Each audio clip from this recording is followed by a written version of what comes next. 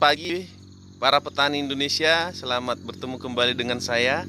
Pagi ini saya ingin berbagi kepada bapak-bapak para petani padi untuk bagaimana kita melakukan pengamatan di lahan tanaman padi kita. Nah, sebelum kita mulai, saya ingin mengingatkan kepada Bapak Ibu semua, kondisi COVID-19 saat ini sangat luar biasa peningkatannya. Oleh karena itu, mohon kita selalu waspada dengan melakukan protokol kesehatan yang ketat, menjaga imun tubuh, menambah konsumsi vitamin untuk kesehatan kita, sehingga kita terhindar dari COVID-19 ini. Oke, Bapak Ibu, saya sekarang sudah berada di lahan. Hal pertama yang kita lakukan ketika kita ingin mengecek atau mengontrol atau melakukan pengamatan adalah kita jangan datang terlalu pagi, tentunya setelah matahari terbit ya. Seperti sekarang ini saya berada di lokasi tepat pada tanamannya benar-benar terlihat sangat jelas. Yang kedua, ketika kita mulai melakukan pengamatan, coba yang pertama dilihat adalah hamparan. Ya, seperti ini. Hamparannya seperti ini. Kita coba lihat performa tanaman secara umum dari keseluruhan area. Apakah ada perbedaan di antara titik-titik tertentu lahan kita? Dan kalau kita melihat sekarang ini tidak ada ya, hampir semua rata. Tidak ada perbedaan dari sisi warna yang mencolok tentunya. Nah, yang kedua adalah bagaimana kita melihat daun ya. Daunnya apakah ada serangan hama, karena biasanya sih daun padi kita itu akan terserang hama putih palsu biasanya ya. Jadi perlu kita cek juga apakah ada. Nah, di sini memang kalau kita lihat ada sedikit serangan ya di sini.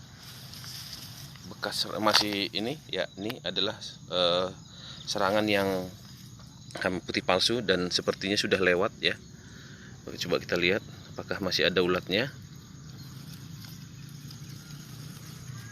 Ya, ini kotorannya masih ada, artinya ulatnya sebenarnya mungkin masih ada nih.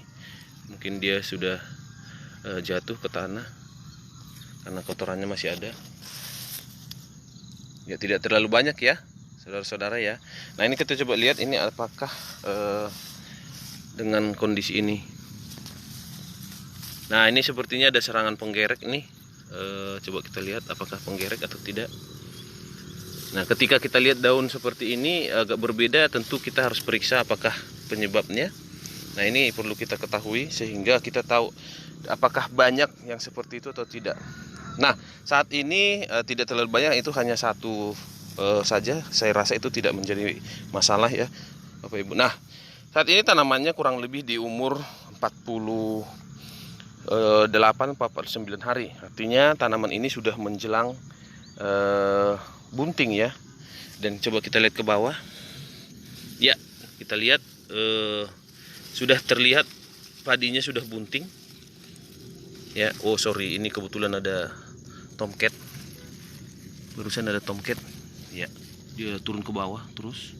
Mungkin Bapak Ibu bisa lihat ya, ini di daun nih ya, itu tadi kelihatan ya. Tomcat adalah salah satu musuh alaminya wereng ya. Jadi kalau bisa jangan dimatikan.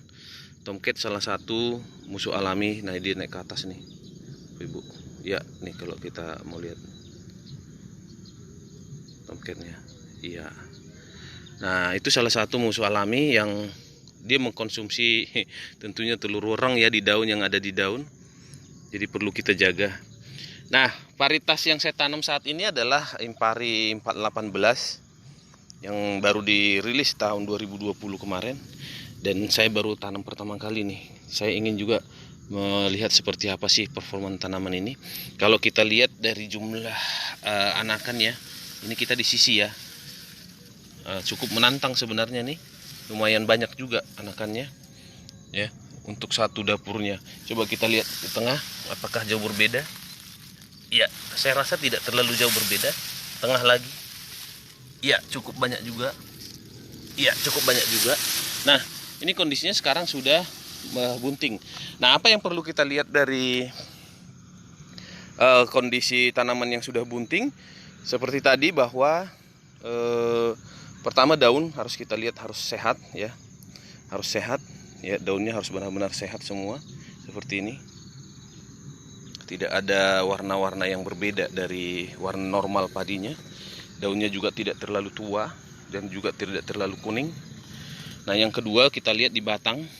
Batang ini selain jumlah anakan yang kita lihat, juga kebersihan batang, kesehatan batang.